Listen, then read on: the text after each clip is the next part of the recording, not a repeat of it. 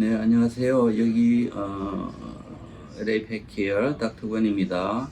그 요전 비디오에서 말씀드렸듯이 그 코로나 때문에 제가 한 두 달 동안 일을 쉬고 우리 딸이 수의사인데 우리 딸이 병원을 이렇게 운영을 해왔습니다. 이제 다시 정상적으로 와서 이 비디오를 만들고 있습니다. 여기는 지금 확진자가 하루에 뭐 한 1000명씩 이렇게 나오고 사망자도 뭐 50명씩, 50여 명씩 이런 나오는 아주 지금 피크를 굉장히 그 상황이 안 좋은데요. 그냥 조심하면서 우리가 일을 하고 있습니다. 예. 오늘은 5월 28일, 2020년 5월 28일입니다. 오늘은 전신마취에 대해서 제가 좀 언급을 하겠습니다. 우리가 이 마취라는 건 수술은 우리가 잘못되면 뭐 경우에 따라서는 모든 수술이 다 그런 건 아니지만 다 새로 할 수 있지만은 특히 전신마취에서 우리가 사고가 발생하면은 이게 아주 큰일이죠. 그래서 제가 이 전신마취를 하는 데 있어서 지금 이 내용은 어떻게 수의과대학 학생들이나 뭐 전신마취에 조금 자신이 없으신 수의사분들한테 좀 도움이 될 수 있지 않을까 해서 말씀드리는데 그 과정에서 개고양이를 키우시는 분들도 참고로 하셔도 아마 뭐 나쁘지 않을 것 같습니다. 우리가 사실 오랫동안 이렇게 다른 분들은 어쩐지 모르겠지만 솔직히 말하면 우리가 이렇게 수십 년 동안 동물병을 운영하다 보면은 마취 사고가 언젠가는 한두 번씩 나게 돼 있습니다. 그렇지 않은 수의사들 같으면 뭐 다행이고 제가 솔직히 말씀드리는 건데 그래서 우리가 이런 사고를 방지하기 위해서 제가 그냥 경험을 좀 말씀드릴게요. 사람의 경우에도 뭐 위내시경이나 또는 뭐 성형외과 같은 데서 간단한 프로시저를 하다가 가끔 그 마취 사고가 나는 경우가 있죠. 그래서 여기서는 인체병원의 경우에서는 분명히 그 수술하는 서전이 있고 그 다음에 마취과 전문의가 옆에서 그 모든 과정을 지켜보면서 마취를 담당하게 되어 있습니다. 그런데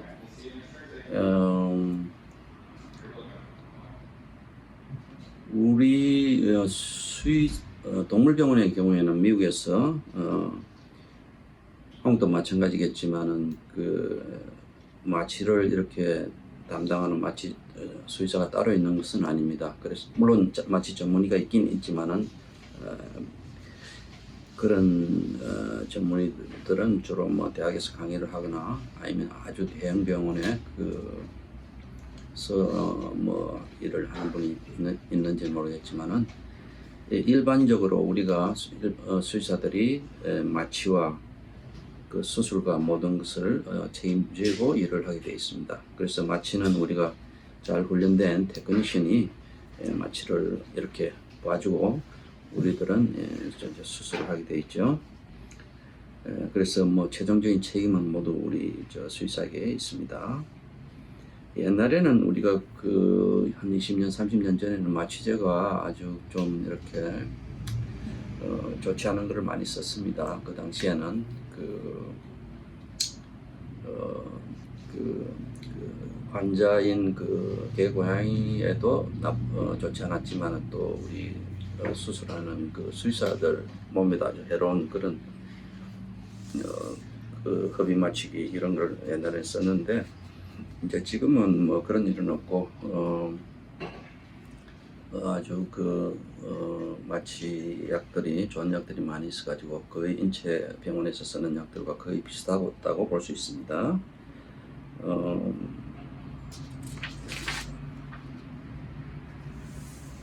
그래서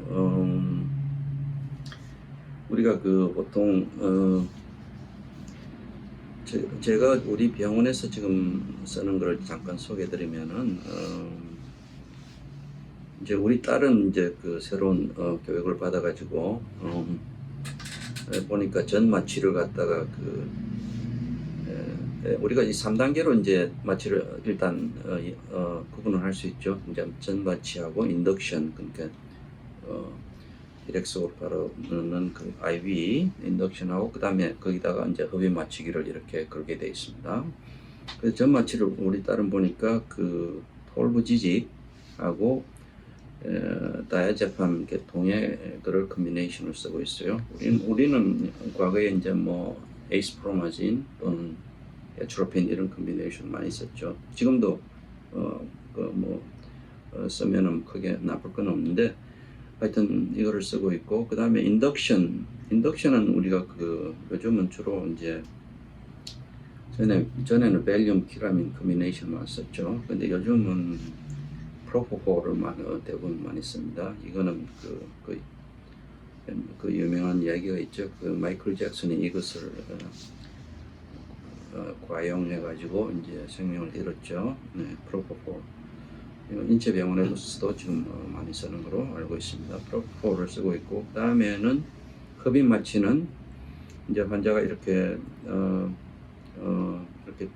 떨어지면은 흡입 마취는 아이소프로렌, 또 세보프로렌이라는 거 요즘 쓰는 병원도 있지만은 저희들은 아이소프로렌을 쓰고 있습니다. 그래서 뭐 과거에 비하면은 아주 안전하죠. 그래서 그 실수를 하지 않는 한 그 마취 사고가 일어날 확률은 아주 적습니다. 네. 그래서 지금 제 경험으로 봐서 이제 제 경험을 조금 말씀드릴게요. 그 어떤 부분에서 우리가 마취를 할 때 조심을 해야 되는가, 제가 생각하는 그 키 포인트라고 생각하는 걸 말씀드릴게요. 우리가 전신 마취를 할 적에 우리가 이제 그 환자를 이밸류에이션 해야 됩니다. 이 환자가 전신 마취를 감당할 수 있는가 없는가를 먼저 스크리닝을 해야 되겠죠. 만약에 전신 마취가 불가능하다면은 이 그 수술을 다른 옵션을 찾든지 또 그런 걸 해야 되고, 아니면은 미리 그래도 수술을 해야 될 경우가 있으면 미리 그 주인분들한테 그거를 설명을 미리 해드리고 서로 오해가 생기지 않도록 그렇게 해야 되겠죠. 그래서 마취 전에 우리가 그 환자를 우리가 평가하는 거, 이 환자가 전신 마취를 감당할 수 있는가 없는가를 평가하는 것을 데는 우리가 이런 절차를 거치죠. 그리고 첫째, 일단 우리가 뭐 진찰을 우리가 일반적인 진찰을 하고, 그 다음에 심장이나 이런데 문제가 없다고 생각하면은 심장에 이제 만약에 뭐 잡음이 생기고 뭐 떨리고 심장에 문제가 생긴다면 그 심장을 끝까지 이제 그 평가를 해야 되겠죠. 엑스레이 찍고 또는 그 초음파 해가지고 심한 경우에는 여기는 심장 전문의한테 보내가지고 이 환자가 책임 소재가 여기는 분명해야 되기 때문에 가끔 그 고소 고발 뭐 이런 사건도 가끔 있으니까 아주 우리가 조심을 하죠. 그래서 심장 전문의한테 보내가지고 얘를 전신 마취를 해도 되겠냐 이런 그 의견서를 일단 받고 그렇게 일을 하는 게 일반적입니다. 그리고 이제 혈액 검사를 하죠. 혈액 검사를 우리가 뭐 혈액 검사를 간 기능, 콩팥 기능 또는 빈혈 이런 등등이 문제가 있는지 그런 거를 우리가 스크리닝을 하고, 그 다음에 또 조심해야 될 환자는 그 비만한 환자, 살이 많이 찐 오비스한 비만한 환자들은 그 마취가 들어가는 게 그 폐 조직이 많아가지고 마취가 들어가는 것도 느리고 나중에 회복도 느리기 때문에 우리가 아주 조심해야 됩니다.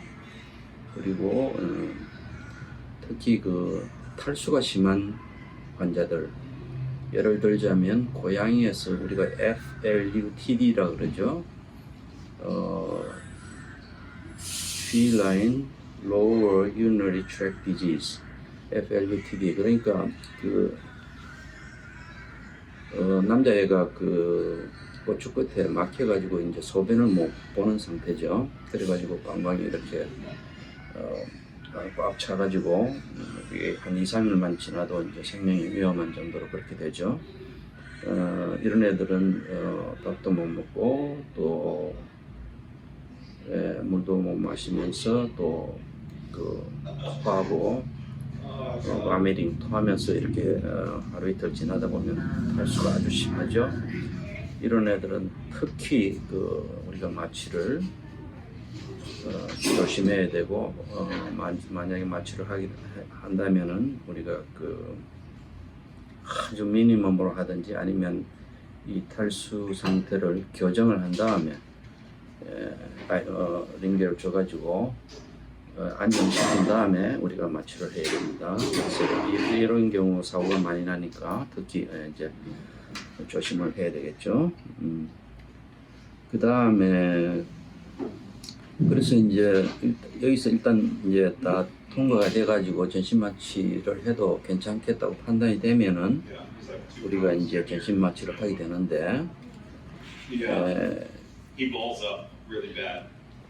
그 전 마취나 이런 인덕션 유도 한국말로 유도라 그래야 되나요? 유도 인덕션 하는 그 약물은 그 용량을 아주 좀 우리가 그 텍스트북에 있는 용량을 함부로 인터프리테이션 하면 안 되고 아주 조심해야 되죠.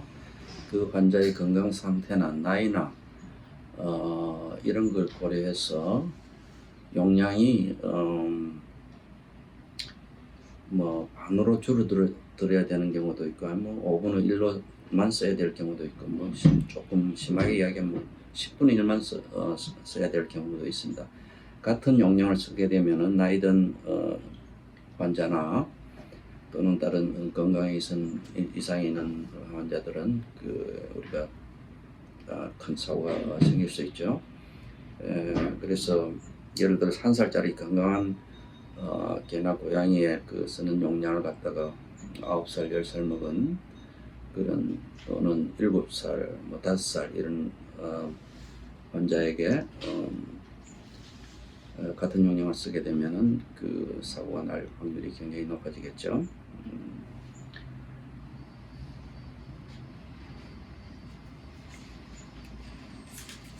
그 다음에 물론 체중에 따라서 우리가 계산하지만은 그 하여튼 그 용량을 아주 조심해야 된다는 것을 말씀드리고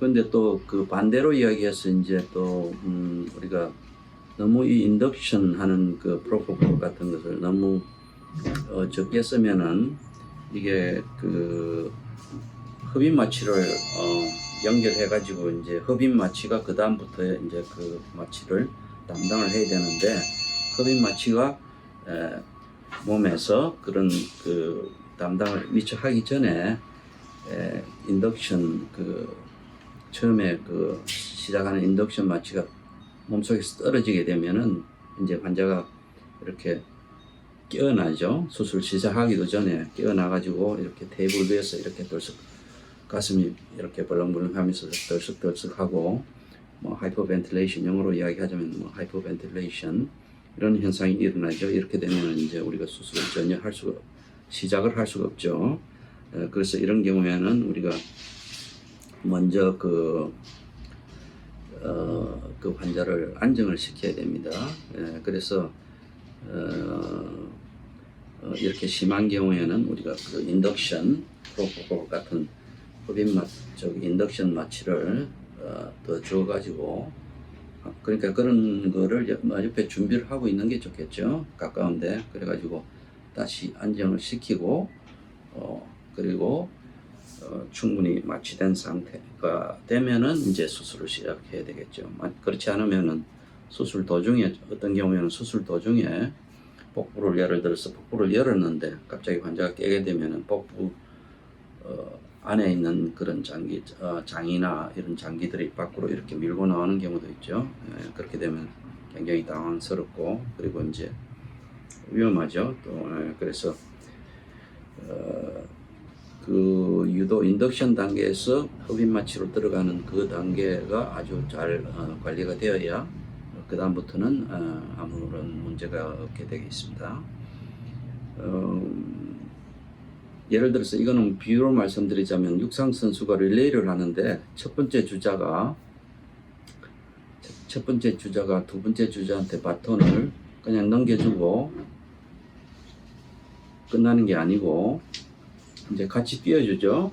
같이 뛰어주고 두 번째 주자가 이렇게 완전히 송영이 낼 때까지 뛰어주는 그런 적당한 비유일지 모르겠지만은 내가 그런 생각이 나서 내가 예를 들어서 말씀드렸습니다. 그래서 인덕션을 너무 많이 해가지고 사고가 나서도 안 되지만은 인덕션을 너무 적게 해가지고 또 이런 마치 수면 상태가 제대로 들어가지 못하는 경우도 있습니다. 그래서 이런 거를 말씀드리고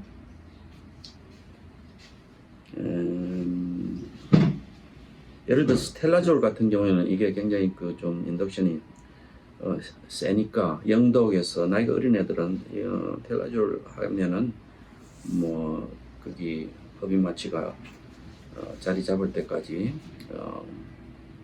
충분히 대부분 다 지속이 되죠. 그렇지만 프로포폴 같은 또는 밸륨키람 같은 경우에는 이게 빨리 약기운이 떨어지기 때문에 그래서 마취가 제대로 되지 않는 그런 경우가 생기게 됩니다.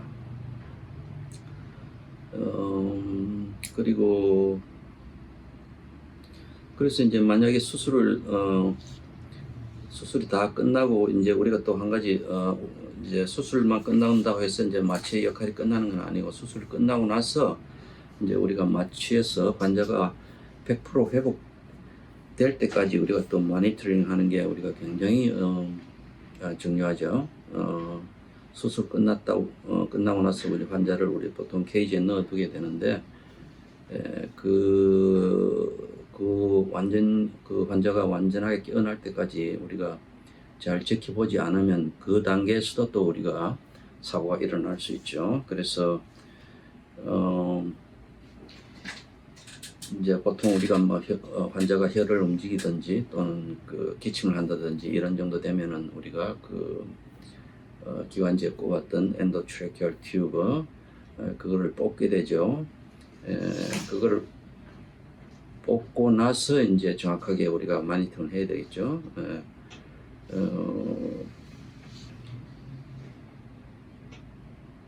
예를 들어서 이제 특히 이제 코가 납작한 애들 이런 애들은 여기 한국말로 쉽게 이야기하면 목젖이라 그래야 되나요?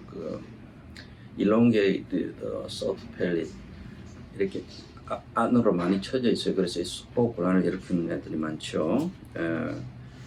그리고 이런 애들 특히 조심하셔야 돼요. 퍽도 그렇고 저도 옛날에 환자를 이 회복 단계에서 한번 사고가 난 적이 있는데 수술하고 있는데 이제 수술이 프로시저가 다 끝나고 그때 덴털 치과 치료를 했는지 그럴 것 같기도 한데 제 기억에 갑자기 손님이 찾아와가지고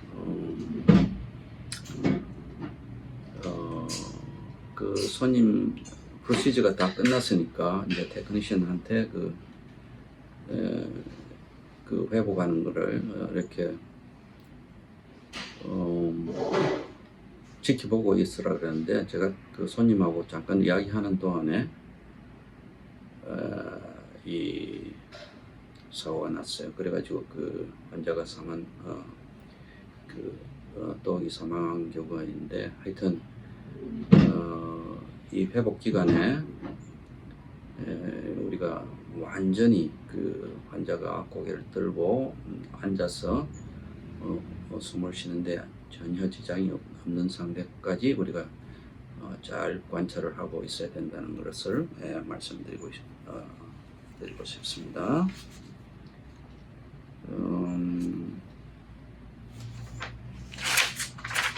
그래서 결론적으로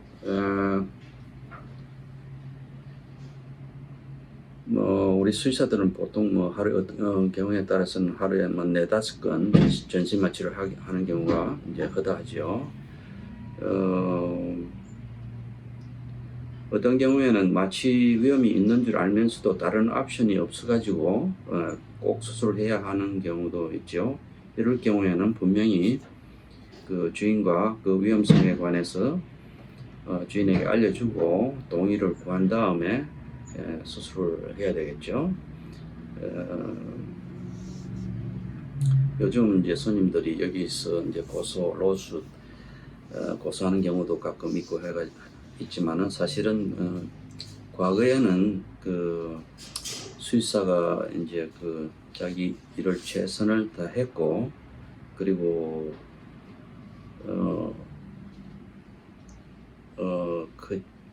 거짓말을 하지 않으면은 그 조금 실수가 있었더라도 그러니까 손님들이 여기서는 그거를 잘 이해를 하고 넘어가는 경우가 대부분이었는데 요즘은 좀 상황이 다른 것 같아요. 그러니까 dishonest, 정직하지 못하게 손님한테 거짓말을 하게 되면은 손님들이 그것은 용서를 하지 않아요. 대부분.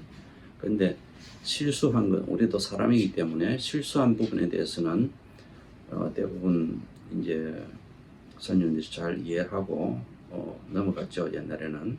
근데 요즘 상황이 좀 많이 다릅니다.